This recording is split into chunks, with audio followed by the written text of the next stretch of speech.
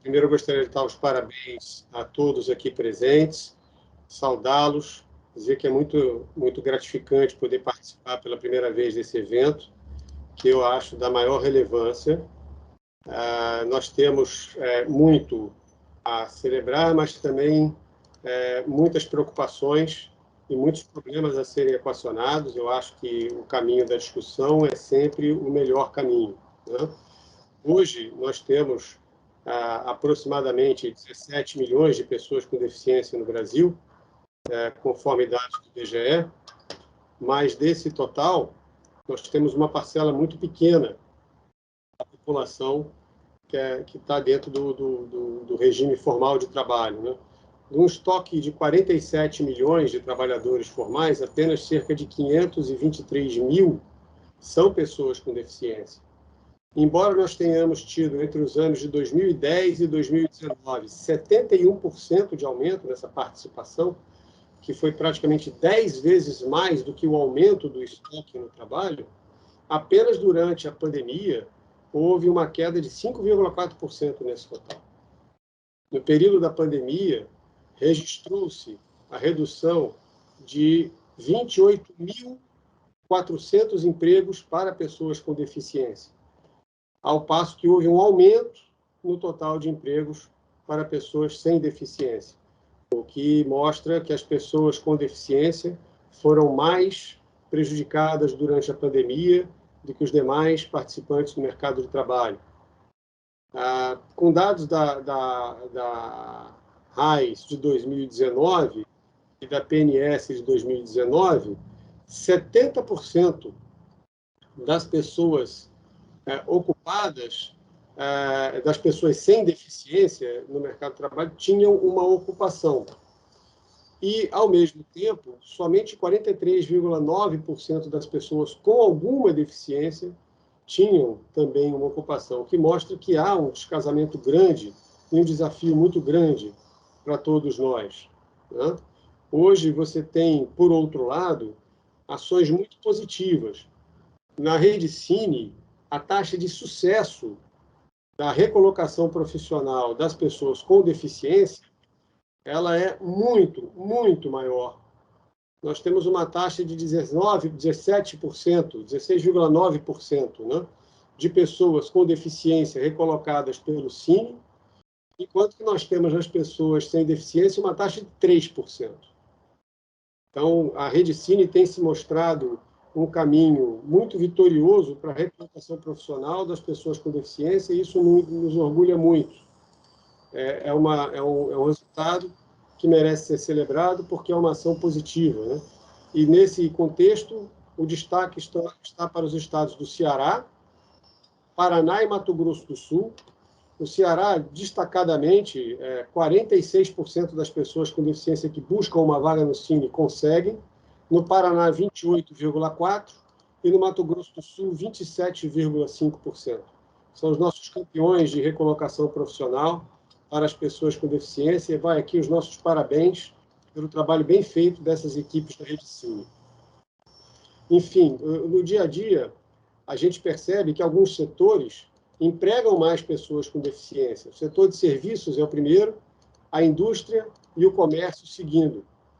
E o que a gente repara é que desses 523 mil trabalhadores com deficiência que estão empregados no setor formal, os setores de indústria de transformação têm 24% desse total, com cerca de 125 mil pessoas com deficiência trabalhando no setor. O comércio registra 102 mil pessoas, a área de saúde e serviços sociais, 40 mil pessoas, transporte, 38 mil pessoas, e atividades administrativas, 38 mil pessoas. Esses setores específicos representam 66% do total de pessoas com deficiência trabalhando. Então, são setores que acolhem as pessoas com deficiência, são setores que são campeões de empregabilidade para essas pessoas, a quem também segue aqui o nosso parabéns. Sem dúvida, os desafios permanecem no dia a dia, né? 88% dos municípios brasileiros, essa foi a última estatística, e ela já data de alguns anos, tem transporte público adaptado às pessoas com deficiência e dificuldade com mobilidade, principalmente. É pouco. Né? Como é que a gente espera que as pessoas com deficiência possam chegar ao seu local de trabalho se a rede de transporte público não está plenamente adaptada para isso? E também nós temos uma dificuldade muito grande para as calçadas, né? Para quem mora em cidades maiores, percebe nitidamente a dificuldade do alinhamento geométrico das calçadas, percebe a dificuldade da planificação de calçadas, que são sempre tomadas por rampas, buracos, degraus. Tudo isso dificulta muito a autonomia e a mobilidade das pessoas com deficiência para que elas possam se locomover e chegar ao seu local de trabalho. Enfim, são muitos desafios pela frente, algumas vitórias no caminho. A gente espera que a gente possa continuar coletando vitórias e subjugando esses desafios. Com certeza, só faremos isso juntos. Então, novamente, parabenizo a organização do evento e desejo que daqui possam ser elaboradas diretrizes, soluções e que as discussões sejam profícuas. Muito obrigado a todos, parabéns pelo evento e que seja um bom dia para todos nós. Eu queria agradecer ao subsecretário pelas palavras e agora a gente vai iniciar a nossa mesa redonda, né? Iniciaremos a nossa mesa redonda que tem como tema a garantia do direito ao trabalho das pessoas com deficiência. Então, políticas públicas e perspectivas, chamando a nossa palestrante, Maíra Bonalenza.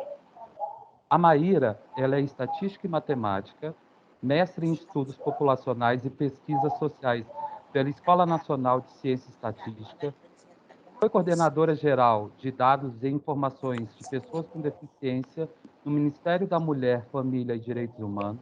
Atualmente, é analista técnica do IBGE, atuando na pesquisa mensal dos serviços PMS e na pesquisa nacional por amostragem domiciliar contínua, PNADC. Então, eu passo a palavra para a nossa palestrante, Maíra. Maíra, obrigado. Primeiramente, gostaria de agradecer por esse convite, de estar aqui participando com todos vocês, trazendo um pouco mais de informações sobre dados de pessoas com deficiência, especificamente utilizando os dados da Pesquisa Nacional de Saúde, que é a PNS, uma pesquisa do IBGE em parceria com o Ministério da Saúde. Gostaria também de comunicar que, conjuntamente comigo, também está a coordenadora de trabalho e rendimento do IBGE, Adriana Beringues, que também está aqui participando conosco e pode contribuir também muito com a gente com qualquer outra dúvida que vier a ter, né? Bom, os dados sobre deficiência no IBGE, ele não é um dado recente, né? Existem outras pesquisas que também levantaram sobre esse tema, né? Tanto, principalmente, os censos demográficos e também alguns suplementos de saúde que tinham na PNAD antiga, né? Então, nesse cronograma, né, mostra que desde antes da época de existir o IBGE, na época do Império, inclusive, lá em 1872, é curioso que desde dessa época já se fazia levantamentos desagregados por tipos de deficiência, né? Esse decreto de 1871 determinava isso, fosse desagregado por várias características populacionais, entre eles pessoas com deficiência. E em 1940, quando já tinha o IBGE e foi realizado o primeiro censo demográfico, também foi levantado algumas características sobre pessoas com deficiência. E em 1989, teve uma lei que determinou que a partir do próximo censo, que foi no caso 91, que fosse levantado o tema de pessoas com deficiência em todos os censos demográficos. E assim tem sido até o último 2010, o próximo vai ser ano que vem, em 2022. E os dados mais recentes que temos, então, é da Pesquisa Nacional de Saúde, que foi as duas últimas, em 2013 e 2019.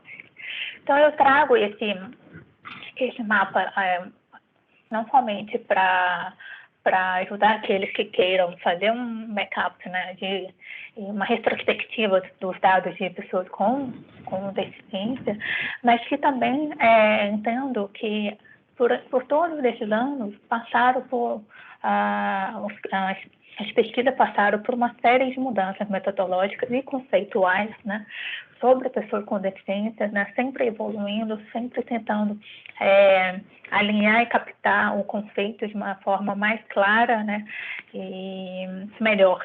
Então, isso inviabiliza, né, a comparação entre dados, entre pesquisas, entre esses anos, né. Claro que, por exemplo, no caso da PNS, tanto de 2013 quanto as de 2019, elas não podem ser comparadas entre si, porque as perguntas, a forma que foi captado, são diferentes, né? Então, apenas para frisar aqui, os indicadores que eu vou mostrar posteriormente, eles provavelmente são um pouco diferentes de outros dos próximos palestrantes que vieram a ter e for apresentar alguma estatística, né? Não significa que uma esteja certo, esteja errado. São conceitos que podem diferenciar, né? A Pesquisa Nacional de Saúde é uma pesquisa amostral, é uma pesquisa domiciliar, não é um registro administrativo, por exemplo, né? Então, apenas um esclarecimento. A PNS, como eu disse, ela é amostral, é uma parceria com o Ministério da Saúde, e o IBGE que foi responsável por todas as etapas, né, desde o treinamento, coleta, tratamento dos dados, análise até a divulgação. E a divulgação especificamente dos dados de pessoa com deficiência da PNS 2019 foi divulgada agora no mês de agosto. Então, é um dado mais recente, né, mais fresco que temos. Embora seja uma pesquisa de saúde, a pesquisa também traz outras informações que podem ser trabalhadas conjuntamente com os dados de deficiência, que é, no caso, da educação, de trabalho, de domicílio, entre outros. Aqueles que tiverem interesse em saber onde estão esses dados, né, disponibilizados gratuitamente, tanto os microdados quanto a publicação, né, quanto às tabulações, no site do IBGE, né, www.ibge.gov.br, e na aba de estatísticas, depois eu clico em sociais e saúde. E aí tem várias opções que vão abrir. Uma delas é tabelas. Dentre tabelas, no módulo G, o conteúdo que se refere a pessoas com deficiência. E para aqueles que quiser trabalhar mais minuciosamente, existe a possibilidade de baixar dentro dos microdados toda a base de dados de pessoas com deficiência, né?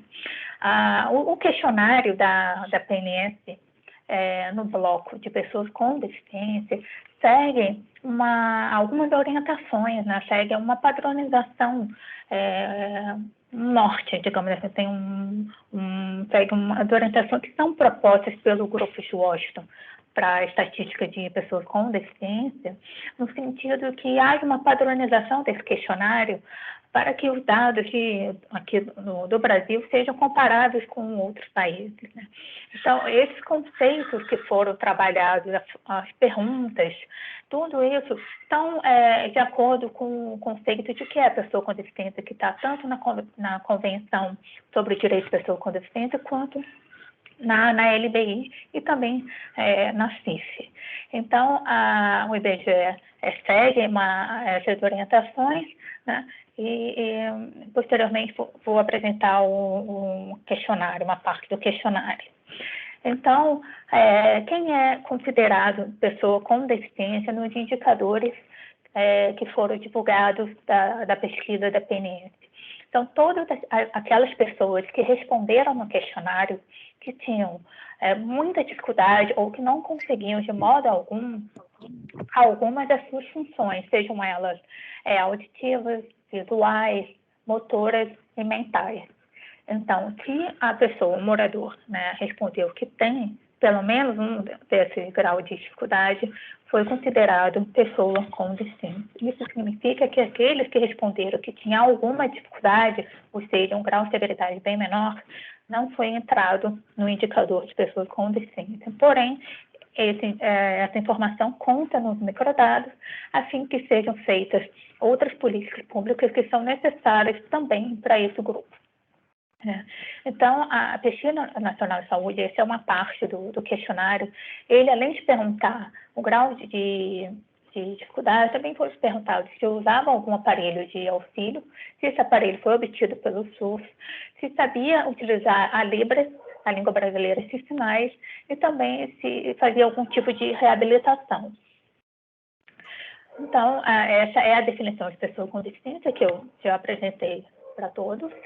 E aqui são os percentuais por cada tipo de grau de dificuldade, né? E também por tipo de dificuldade. Então, temos aqui seis colunas, cada coluna se refere a um tipo de dificuldade. A primeira, por exemplo, é a dificuldade de enxergar.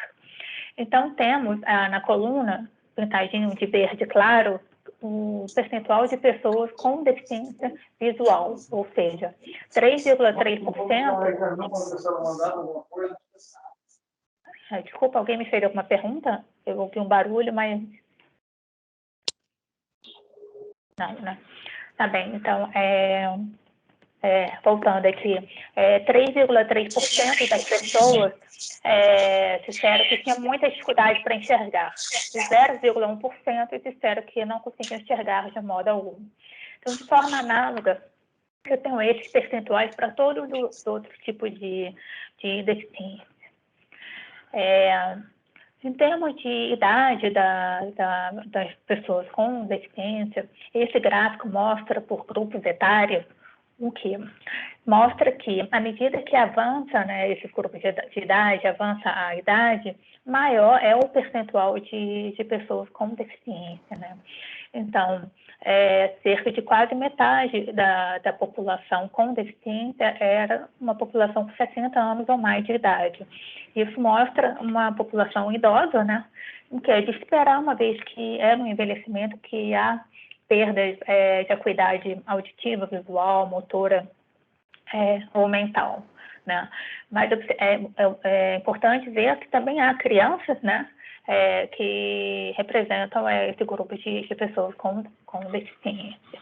É muito importante essa informação, porque depois isso vai mostrar como influencia no indicador de ocupação no mercado de trabalho. Então, como já foi dito anteriormente, 8,4% da população com 2 anos ou mais de idade, de acordo com a PNS de 2019, tinha alguma deficiência, o que representa 17,3 milhões de pessoas. A maioria delas era da cor preta, com 9,7%. Se compararmos entre homens e mulheres, o maior percentual foi entre as mulheres, com 9,9%, e entre os homens, 6,9%. Quando fazemos essa desagregação por tipos de deficiência, o percentual da população com deficiência visual foi de 3,4%, com deficiência auditiva 1,1%, com deficiência física quase 5% e com deficiência mental 1,2%. Desses tipos de deficiência, o maior contingente foi de deficiência física, com 10 milhões de pessoas. Agora eu vou apresentar apenas 4 ou 5 slides que especificamente abordam sobre a temática da mesa de hoje, né? O único indicador que eu vou apresentar aqui é o nível de ocupação, mas na nossa fala anterior, o secretário já apresentou alguns resultados muito interessantes, né? Que mostra que um dado, né, do IBGE é um dado muito rico e pode trazer inúmeros estudos, aqui apenas realmente uma pincelada do que a base de dados, né, pode trazer de informações, né? E então, considerando toda a população de 14 anos ou mais de idade, né, que é a população em idade a trabalhar, e que tinha pelo menos alguma deficiência, 25,4% dela dessas pessoas com deficiência estavam ocupadas, né? Em contrapartida, 60,4% das pessoas sem deficiência estavam ocupadas, né? Então, mostra claramente essa desvantagem, né, na inserção da população. Eduardo, você está na reunião? Tá, alguém fez outra. Desculpa, é que houve outro barulho, mas... Por favor, gente, atenção ao áudio que está aberto, por favor, para a gente não prejudicar a palestra da doutora Maíra Bonanza, por favor. Boa tarde, obrigado. Obrigada. Então, como eu havia dito, claramente mostra essa desvantagem na inserção, né, da ocupação entre pessoas com e sem deficiência. Isso, esse comportamento ocorre em todas as grandes regiões do país, né, sendo na região Sudeste e Nordeste que tiveram menores percentuais, né, percentuais ainda mais baixos do que a média nacional. Aqui eu faço uma diferença entre pontos percentuais, fazendo essa comparação dessas desvantagens, né? Sendo maior, essas vantagens maiores nas regiões Sudeste e Sul. Nesse gráfico, também estamos falando sobre o nível de ocupação, só que ao invés de ser desagregado por grandes regiões, aqui estamos desagregando por grupos etários. E temos as faixas de idade para cada grupo etário, e na cor vermelha uma outra informação, se refere à distribuição da população para cada tipo de tem deficiência ou se não tem deficiência. Então, o que essa informação, o que esse gráfico traz de interessante? Para mostrar que lá na população idosa, de 60 anos ou mais de idade, dentro do grupo de pessoas com deficiência, a maior parte delas, considerando população de 14 em diante, 51,2% é idoso, né? Então, isso contribui para que o nível de ocupação seja mais baixo, porque uma parte dela, né, está fora da força de trabalho. Então, o nosso indicador é influenciado por isso. Então, vamos agora olhar apenas as faixas do meio. Podemos olhar aqui de 18 a 59 anos por idade. A gente percebe que, mesmo nas faixas de jovens e adultos, essa discrepância, ela ocorre, né? Vamos dar um exemplo. Na faixa de 25 a 39 anos de idade, temos que 43,5% das pessoas com deficiência e nessa faixa de idade eram ocupadas, sendo que para as pessoas sem deficiência o percentual foi de 78%. Né? Então, não vou mencionar todos os outros percentuais, senão fica muito exaustiva a apresentação, mas a ideia é essa, mostrar que dentro da mesmo grupo etário, pessoas em idade a trabalhar, ainda assim, a inserção dessas pessoas na população ainda é pequena se comparado com as pessoas sem deficiência.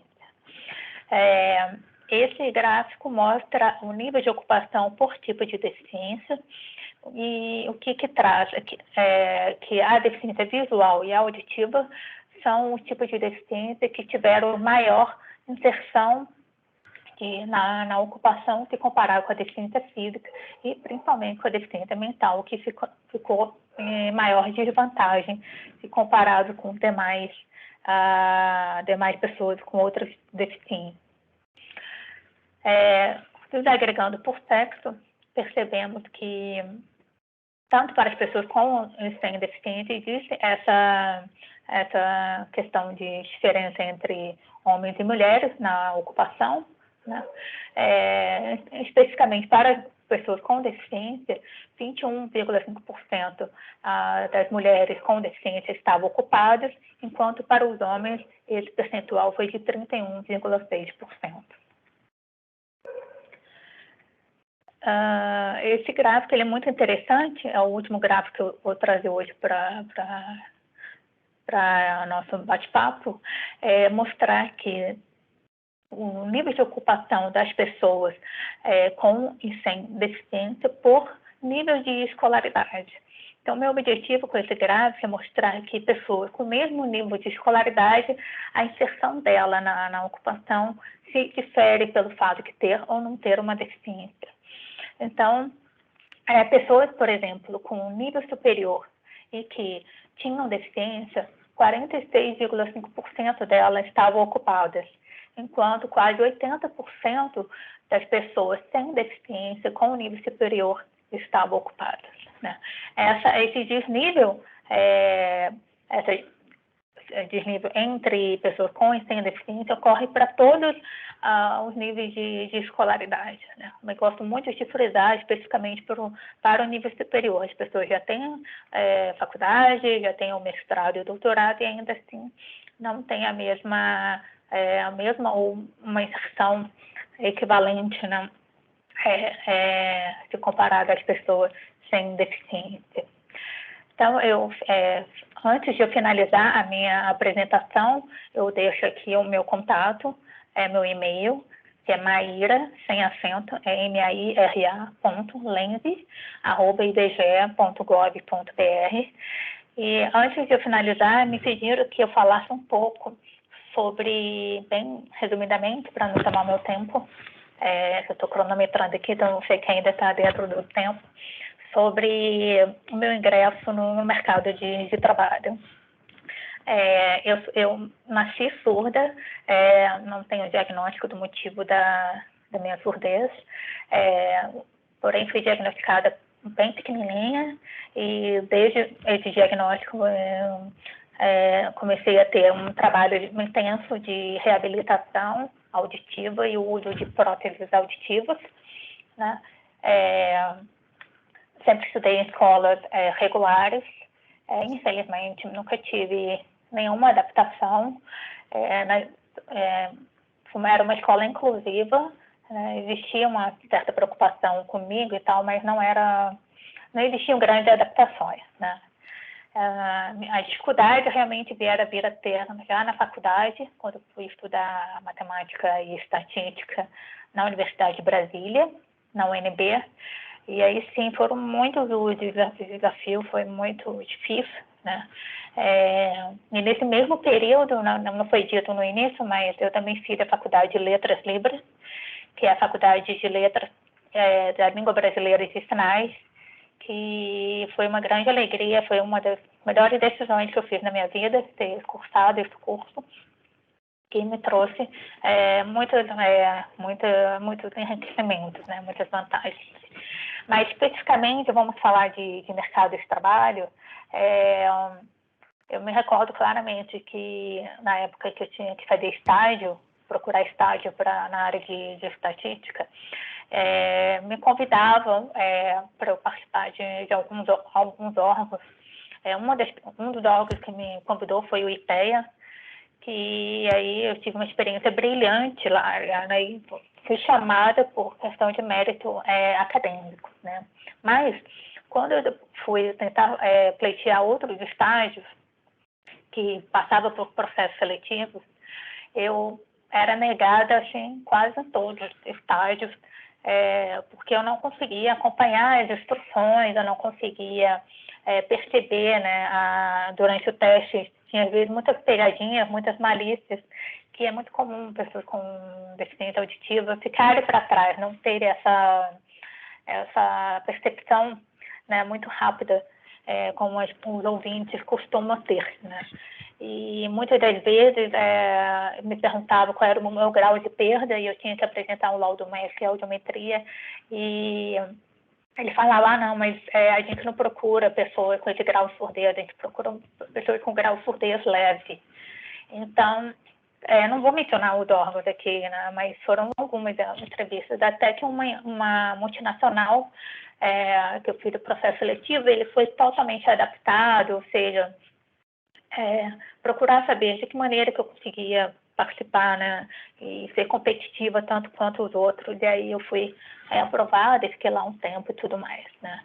E aí, por fim, depois fui fazer concurso público, né, eu só fiz concurso para 2 órgãos, e um deles foi o IBGE, né, em 2010, e na época, eu tive que fazer todo aquele preenchimento de pleitear a vaga para entrar na cota de pessoas com deficiência, né? E fui aprovada, né, em primeiro lugar, dentre as vagas de pessoas com deficiência. E, infelizmente, na época, a banca examinadora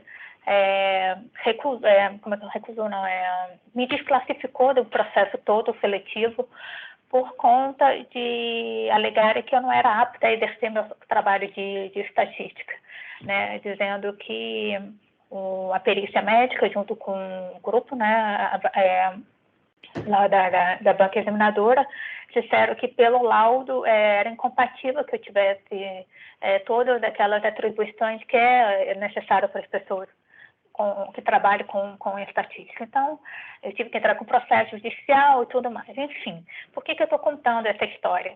Porque o trabalho, né, que muitos de vocês fazem, né, no processo de contratação, de busca pelas pessoas com deficiência para entrarem no mercado de trabalho, ele não pode ter essas barreiras, né, de impedir que as pessoas com deficiência, com graus maiores de severidade, não exerçam as suas funções, né? Muito pelo contrário, as portas têm que estar abertas, tem que haver adaptação, tem que procurar saber de que maneira que aquele profissional pode exercer as suas qualidades, as suas potencialidades, né? E poder estar ali contribuindo, né, para a empresa, para o órgão, no máximo, no potencial que ela pode exercer, né? Jamais comparar a sua produtividade, por exemplo, com outras pessoas, embora chega um momento que muitas pessoas com deficiências têm uma produtividade ainda maior do que com as pessoas sem deficiência. Então, daí a importância, né, de ter esse estudo, de buscar, investigar, melhorar os conceitos de pessoas com deficiência para que tragam essas pessoas, né, melhorem o nível educacional delas e que tragam elas para o mercado de trabalho, não unicamente para cumprir percentuais de cotas, que são, por sinal, muito baixos, né, mas que também que possa dar oportunidade a essas pessoas, né. Então, hoje é uma grande alegria estar onde eu trabalho, eu tenho um prazer enorme de trabalhar no IBGE, que me dá essa oportunidade de estar aqui, por exemplo, hoje conversando com vocês, assim como em outras oportunidades que o órgão oferece, né? Então, eu estou à disposição para retirar quaisquer dúvidas e volto a agradecer novamente por esse convite, que é sempre muito bom trazer um pouquinho mais de informações. Muito obrigada.